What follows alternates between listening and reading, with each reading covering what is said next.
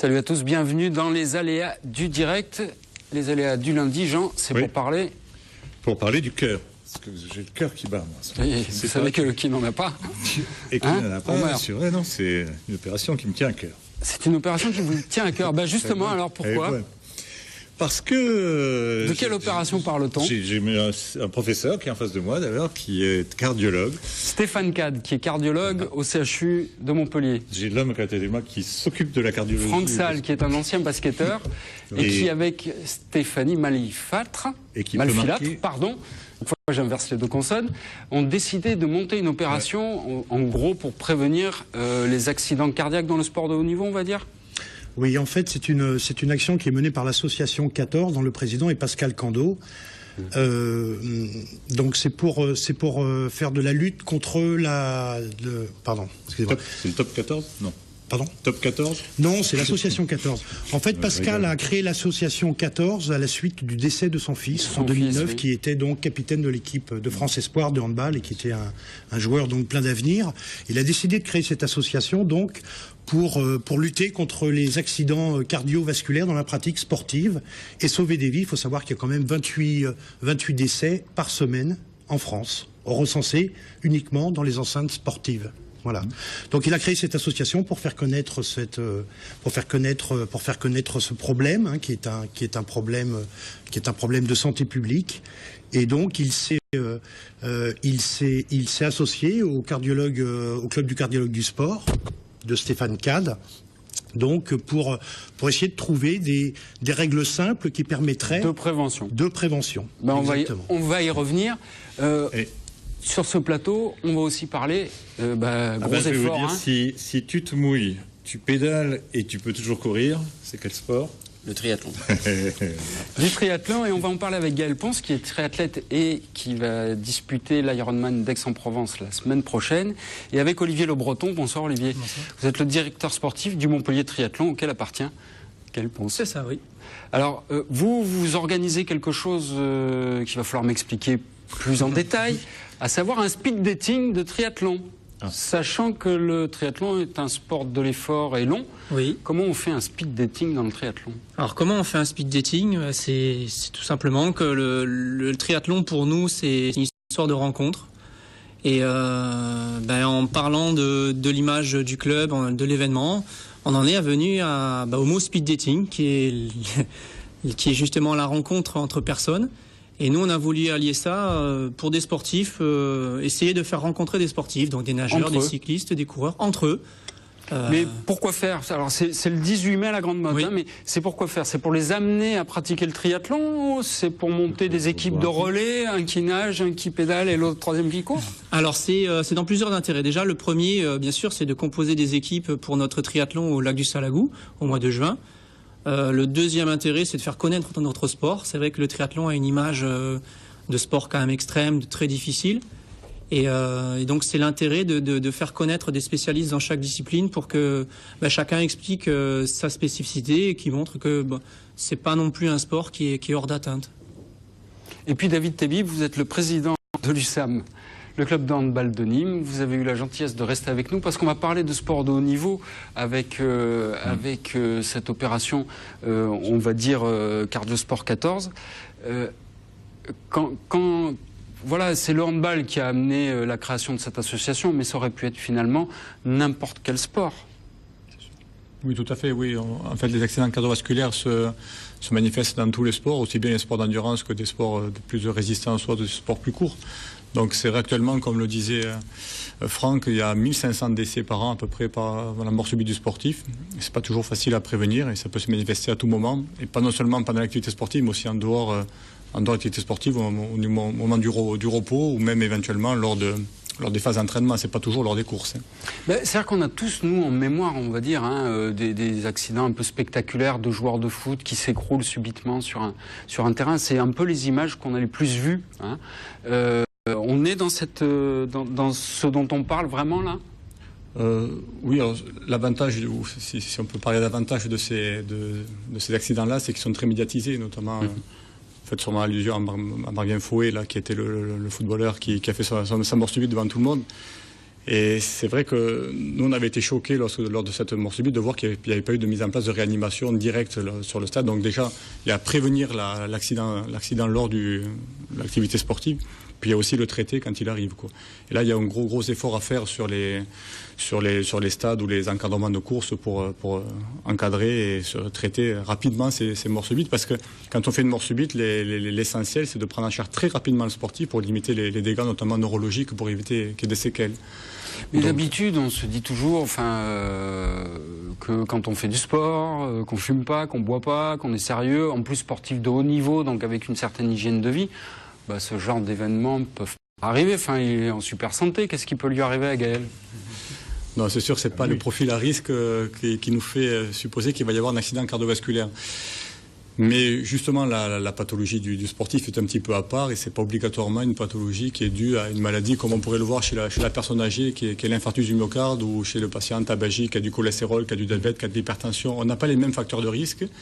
Mais on a une sollicitation cardiovasculaire qui est bien au-delà de la physiologie, puisqu'on est vraiment dans un effort qui est souvent des fois important sur des sportifs de haut niveau. Mais ça peut toucher le sport de loisir. Il ne faut pas croire que c'est réservé. Bien sûr, la mort subite du sportif n'est absolument pas réservée aux sportifs de haut niveau, bien entendu. Et donc, ce n'est pas des profils à risque, c'est toute la difficulté de les dépister, alors qu'essentiellement, ils ont souvent une bonne hygiène de vie. Mais malgré tout, ils peuvent avoir des maladies cardiaques qu'il nous faut nous-mêmes dépister pour éviter éventuellement ces problèmes. Et la difficulté est là parce que c'est difficile de faire une politique de prévention globale pour toute la population sportive parce qu'il y a énormément de licenciés en France, toutes spécialités confondues. Et on ne peut pas, bien sûr, faire des examens très poussés à tout le monde. D'autant plus, encore une fois, que quand on pratique du sport, on a l'impression de préserver sa santé et pas de la mettre en danger.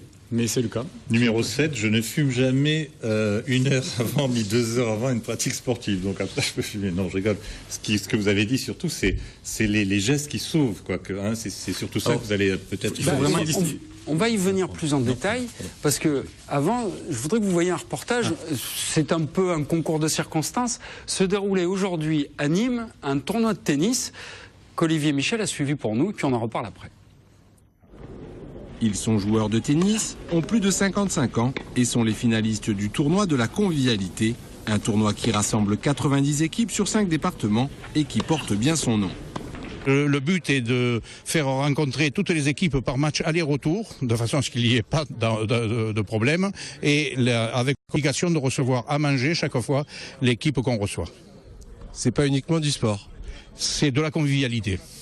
Créé en 1997 par Pierre Gonzalez, président du comité gardois de tennis, pour occuper des terrains libres le lundi, le tournoi a trouvé une autre légitimité auprès des seniors.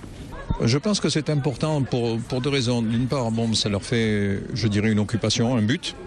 Et puis, ils continuent à se rencontrer, à rencontrer du monde, quoi. Ils se sentent pas isolés. Voilà.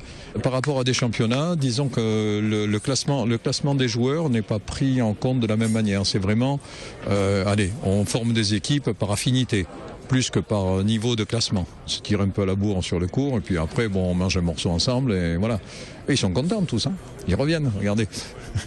L'édition 2013-2014 a ainsi réuni quelques 450 joueurs qui, une fois éliminés, sont devenus des spectateurs qui n'auraient pour rien au monde manqué la finale. On est entre gens bien élevés, il n'y a pas de souci de voler les balles, etc. Donc super ambiance.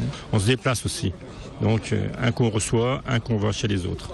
Et ça se passe toujours très bien. On joue pour se faire plaisir et on vient surtout pour la 3e mi-temps parce que c'est sympa.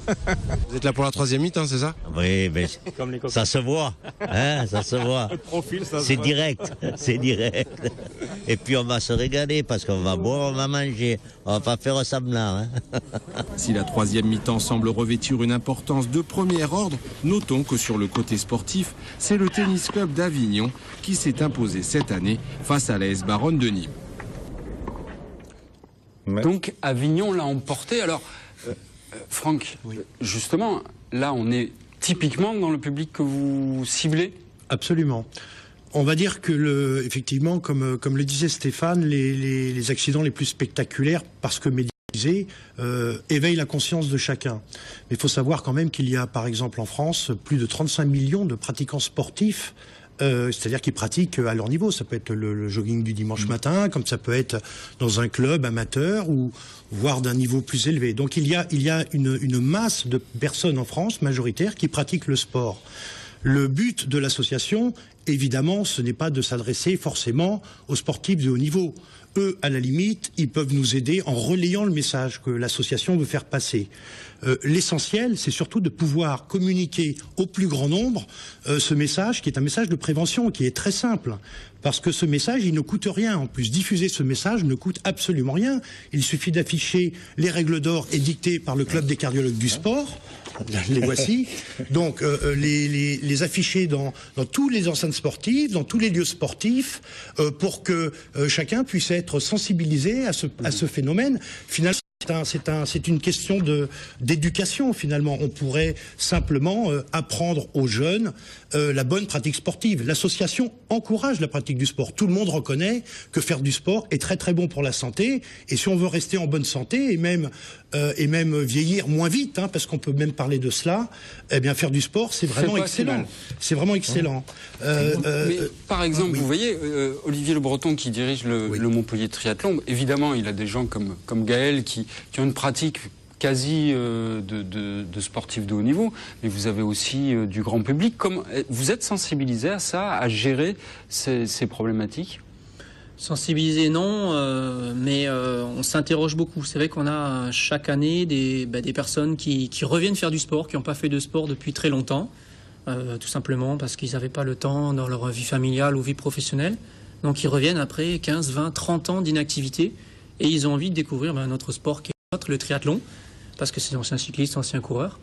Et c'est vrai qu'ils arrivent pas forcément avec un suivi médical.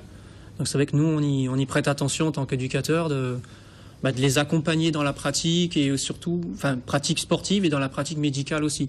Donc on a la chance d'avoir au club des médecins, des personnes du corps médical justement qui nous accompagnent dans cette démarche-là. Ouais.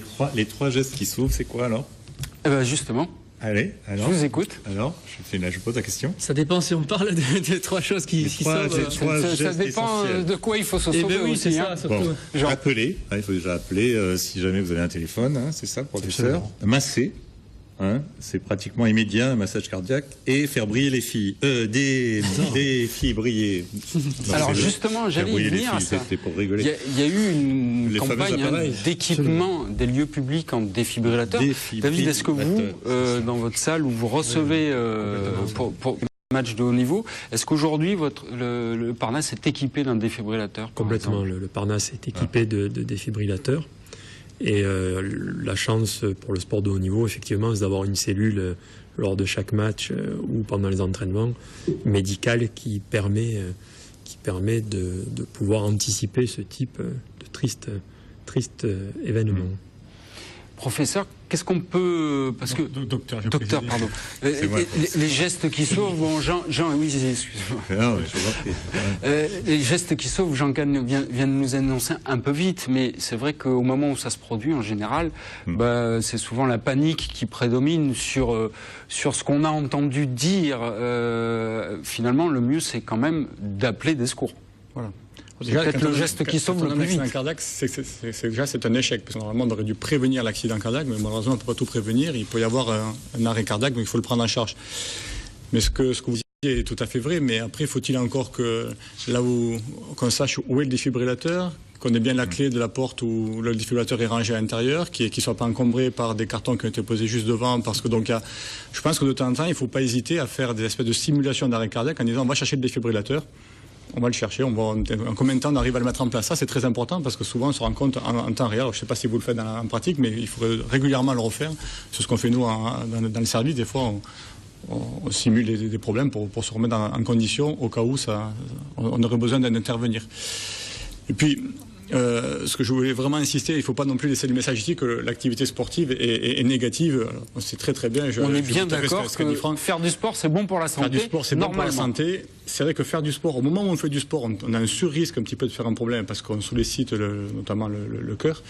Mais faire du sport en général, c'est quand même très très bon pour plein de raisons. Hein. Donc ça limite le surpoids, le diabète, ça limite le cholestérol, ça empêche de fumer. Tout à l'heure vous parliez du tabac, mais le tabac il y a marqué je ne fume pas 2 heures avant, je ne fume pas 2 heures après, mais on devrait dire je ne fume pas du tout. Bien sûr. Alors là, c'est vraiment des règles, comme on disait, de pratique du sport, de bonne pratique du sport. Donc, il ne faut pas fumer juste avant, juste après, parce que là, on stimule on stimule notamment les plaques qui viennent encrasser les artères et on les stimule lorsqu'on fume. Et c'est là qu'on décroche ces plaques et qu'on fait faire un infarctus aux sportifs. Mais globalement, le tabac, il ne faudrait même ne jamais fumer, ni avant ni après. Quoi. Et les activités nocturnes avant une épreuve sportive, c'est conseillé C'est du sport. Ah, non mais sérieux. Donc c'est bon pour la santé. Non mais parce qu'il y a des fois des entraîneurs qui disent non, il ne faut pas faire des golo. C'est pas la même chose, Jean. Non, j'ai pas de données scientifiques là-dessus à vous opposer. C'est pour l'influx nerveux, c'est pas pour le rythme cardiaque qui s'inquiètent les entraîneurs d'équipe de haut niveau. Pour le mental. Hein pour le mental, c'est important. Pour le mental, oui. Olivier, Gaël, vous allez organiser au Salagou un triathlon après le speed dating. Oui. Une fois que vous aurez constitué les équipes, on va dire, début juin, le 7 et le 8, vous invitez, qui veut en fait, à venir s'inscrire pour participer à un triathlon autour du Salagou. C'est un peu une première, ça, non ? Oui, le triathlon sur le lac du Salagou, c'est une première. Ça fait quelques années qu'on organise des épreuves sur Montpellier ou sur les alentours. Et on avait envie, dans l'état d'esprit du club, de faire découvrir un nouvel endroit pour les gens qui ne le connaissent pas ou découvrir une nouvelle façon de pratiquer sur ce territoire. Donc sur un week-end prolongé. En tout, il y aura 7 épreuves sur le week-end, du petit de 7 ans jusqu'au plus âgé qui peut faire on peut y venir avec ses enfants parce qu'il y aura un triathlon avec une distance adaptée et on peut y venir avec son père parce qu'il y aura aussi une distance adaptée pour lui ou sa grand-mère. C'est vraiment ouvert à tout le monde. On a des courses pour tous. Il y a ceux qui sont mordus de longue distance, comme on a Gaël ici, sur des longues distances. On a les enfants, on a les femmes. Il est mordu. Voilà, donc on a vraiment de toutes les catégories d'âge, toutes les motivations qui peuvent venir, ou s'ils n'ont pas envie de faire un triathlon, ils peuvent le faire en relais. Donc chacun choisit sa discipline. Donc c'est vraiment une épreuve où on s'ouvre vers les gens et on leur dit venez découvrir le triathlon. Vous verrez que c'est... Donc ça veut dire qu'il va falloir traverser le Salagou à la neige ? Non. Ah. Non. Sur les épreuves qu'on propose, on reste sur les berges. Donc on fait un parcours comme on a à la plage, c'est-à-dire qu'on met des bouées, on va pas trop loin sur le lac, donc ça, il y a pas cette notion de crainte de s'éloigner du bord. Les parcours, il y a un parcours le plus long fait 2 km, mais après il y a des parcours pour les enfants c'est 50 mètres, donc ils restent vraiment quasiment là où ils ont pied et au bord. Donc, c'est superbe. Ça vous tente ça, David, le triathlon? Superbe. Ou c'est une épreuve qui paraît encore un peu surréaliste? Non, de l'extérieur, vous avez complètement raison de dire que ça paraît des épreuves extrêmement difficiles. Donc moi, étant ancien handballeur, je reste à ma discipline, mais je reconnais que c'est une magnifique discipline qui requiert beaucoup de qualité. Ah bah là, les enfants partiront sur 50 mètres, mais Gaël qui lui va aller disputer l'Ironman de Aix la semaine prochaine, il sera bon pour Jean, vous vous en souvenez ou pas? Oui, non. Vous, c'est la mémoire, c'est pas la forme physique. 3 km 8 natation, 180 km à vélo et un marathon en course à pied. Par contre, Aix-en-Provence, c'est un semi-Ironman. C'est un semi-Ironman, donc vous divisez par 2. Voilà. Ça, vous avez encore l'étape de multiplication dans la tête, Jean. Et en combien tout ça? Alors, si possible, dans les 4h40. Bien. Me concernant. Ouais. Après, les premiers arrivent en 4 heures, voire un tout petit peu moins pour les professionnels, et les derniers ont jusqu'à 8h15, je crois, pour terminer les et là, il faut avoir un cœur qui... Non? Vaut mieux, ça... Des cœurs qui battent doucement ou pas doucement? Ah oui, au repos, ouais. Doucement? Pas doucement, oui. Au repos, oui. Enfin, moi, je suis à 39, à peu près. Je ne sais pas si c'est... Il est pas rare d'avoir des sportifs à 35-40, sans problème. Je pense. Et là, j'en ai un là. Combien il fait, professeur, celui-là? 50-55. 50-55, c'est bien. Oui, c'était un test pour voir si... Bonne limite? Oui, c'est bon. Franck, on est typiquement dans les gens que vous cherchez à toucher, en fait. Ah bah... Parce que Gaël n'est pas... on va dire, sportif professionnel. Il fait ça pour son plaisir, même s'il est dans une pratique sportive qui est quand même intense, soutenue. C'est évident, mais bon, Gaël, il pratique déjà une discipline qui est très compliquée, qui nécessite beaucoup d'entraînement, et dans différentes disciplines qui ne sont pas forcément des disciplines qui a priori, vont ensemble. Quand on parle de vélo, quand on parle de natation, enfin pour tous ceux qui ont déjà essayé de faire du vélo après avoir nagé, enfin Jean, c'est la bouée canard qui le gêne. Donc effectivement, mais on va dire que c'est il est dans la palette, mais de ceux qui connaissent déjà la pratique du sport. C'est-à-dire qu'il connaît déjà très bien son corps, j'imagine, et il est à l'écoute de son corps. Ce qui n'est pas forcément le cas des personnes qui, elles, vont faire courir un petit peu le dimanche matin et qui, après, n'y pensent plus à tout ça. Et finalement, là, on est quand même dans une pratique sportive déjà relativement maîtrisée. Voilà.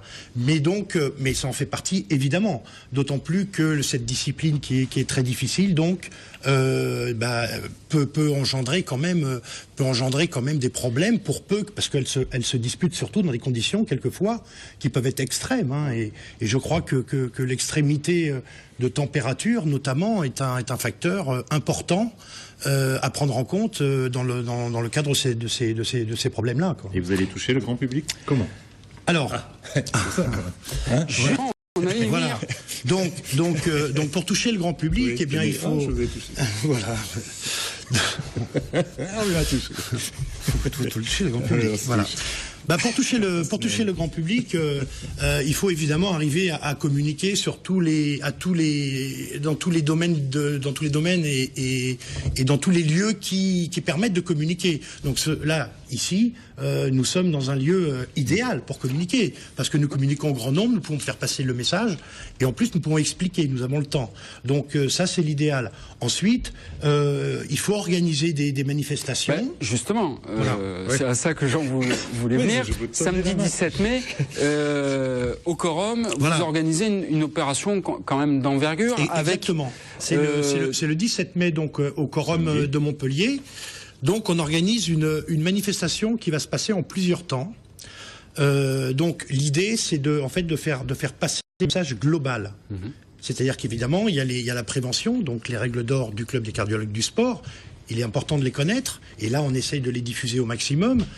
Mais aussi, le message va un petit peu plus loin, c'est-à-dire qu'on sensibilise aussi à la connaissance des gestes qui sauvent, c'est-à-dire au message cardiaque, à l'utilisation du défibrillateur, qui normalement est une extrémité qu'on ne doit pas, on est bien d'accord, on ne doit pas arriver jusqu'au défibrillateur. Oui, c'est que c'est déjà très grave. Oui. Voilà.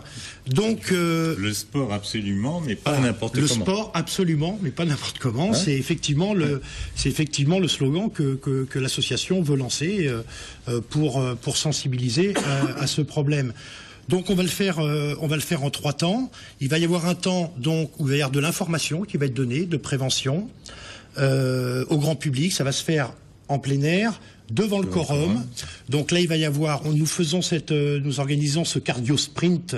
Nous avons appelé ça le cardio sprint parce que c'est une formation rapide, comme ils savent le faire dans les pays du Nord, notamment les pays nordiques. Donc avec un message de prévention, une formation qui est plus individualisée, qui va être opérée par les membres de la Croix-Rouge, qui sont souvent partenaires de ce type d'opération. 150 ans. Voilà, 150 ans cette année. Ils fêtent leur 150e anniversaire. Et eux, ils sont sur tous les terrains de sport. La Croix-Rouge est partout. Quand il y a des manifestations sportives, ils sont toujours là. Les voilà. Et ils sont toujours là avec le sourire. Avec le sourire, effectivement. Et donc, eux, ils vont proposer donc de la formation au massage cardiaque sur mannequin. Et ils vont montrer comment fonctionnent les défibrillateurs. Donc ça, c'est la Croix-Rouge. Ensuite, il y a l'association TOM, qui est une association qui a été créée par le docteur Patrick Courant, qui est réanimateur anesthésiste à la clinique du Millénaire à Montpellier, et qui donc a créé cette association pour essayer de former au massage cardiaque, aux gestes qui sauvent, un maximum de personnes. C'est-à-dire, lui, il fait une formation de masse. Donc, il va prendre des groupes, un groupe de 50, voilà, dans l'après-midi. On a prévu 4 groupes de 50, donc il faudra venir s'y inscrire avant, revenir à l'heure. Donc toutes les heures, il y aura une animation. Et là, les 50 vont donc se former ensemble sur des mini-ânes, qui sont des mannequins, qui sont faits pour ça, pour apprendre. Ce sont des kits qui permettent à chacun d'apprendre. Pour résumer, on est à 14h le cardio sprint. Le cardio sprint. À 16h, la partie, on va dire, plus connaissance et conférence. Voilà, donc voilà, c'est ça. À 16h, nous avons donc organisé une conférence en partenariat avec le Club des cardiologues du sport, au Quorum, toujours, dans l'amphithéâtre, avec la présence du professeur François Carré, qui est président national du Club des cardiologues du sport. Et puis, il va y avoir des sportifs. Le Montpellier Agglomération Volley, notamment, va largement participer à cette manifestation. Pascal Cando, évidemment, on va parler des projets de l'association 14, parce qu'il y en a des projets pour développer tout ça et favoriser le développement de ces connaissances. Et puis, il va y avoir aussi des interventions de différents experts donc, qui vont être là pour débattre avec le public, parce que le but, c'est de débattre avec le public, surtout pour qu'il y ait une réactivité, voilà, pour échanger. Exactement. Que chacun puisse témoigner sur ce sujet-là. Et le temps passe vite. Ah bon, oui, le soir, la fête. Voilà, le soir, il y a une soirée de gala à 19h30, toujours au Quorum. Toujours au Quorum, voilà. Jean Kahn, lui, s'il arrive à venir en courant, sera là. Mais je sais qu'il avait quelques questions à poser avant qu'on se quitte, parce que malheureusement, on est au terme de l'émission. Mais c'est donc, j'avais l'affaire l'amour avant une compétition, c'était, vous m'avez répondu, professeur, docteur, pardon. Les 10 règles d'or, je ne les dis pas maintenant. J'avais une question pour le triathlon. Donc, une question un peu coquine, toujours, c'est ma spécialité. À 3 épreuves, c'est bien, mais c'est plus long, non? Oui. Oui. Ou alors on dit toujours à 2 c'est mieux, à 3 pourquoi pas. Ça, je vous laisse juger de vos commentaires, Jean. Allez-y, continuez, parce que là, on est vraiment. Non, mais après, tu te mouilles, tu pédales et tu peux toujours courir, bien sûr. Oui, mais ça, vous nous en avez parlé tout à l'heure. Parce que je l'avais marqué avant. Bon, en gros, ça fait un week-end chargé, parce que quand même, ce qu'on peut faire, c'est samedi. Il y a Francis Lalanne. Oui, à la soirée. Absolument. Je veux dire. Absolument. C'est bon pour le cœur. Donc, samedi, ce qu'on peut faire, c'est aller assister et participer avec Cardiosport 14 au Quorum, à partir de 14h, faire le cardio sprint et après assister à la conférence. Et puis le lendemain, aller au speed dating à la Grande Motte, c'est à la Motte du Couchant. Oui, c'est un moment convivial en fait pour discuter entre sportifs. Oui. C'est ça. Et puis, début juin, au Salagou, le 7 et le 8, on peut venir participer à un triathlon à sa mesure, en fait. Chacun trouvera le sien et comme ça, on sera en accord avec les préconisations de l'association des cardiologues du sport. J'ai pas dit de bêtises, docteur. Parfait. Le repas, c'est quoi? David Tébi, merci beaucoup de nous avoir accompagnés pour ces 2 émissions. C'était un plaisir. On souhaite longue vie à l'USAM en première division, puisque maintenant c'est acquis. Donc on se retrouvera l'an prochain. On aura l'occasion de discuter encore des derbies entre le MAHB et l'USAM, parce que c'est pas fini. Et puis nous, on se retrouve la semaine prochaine pour de nouvelles aventures.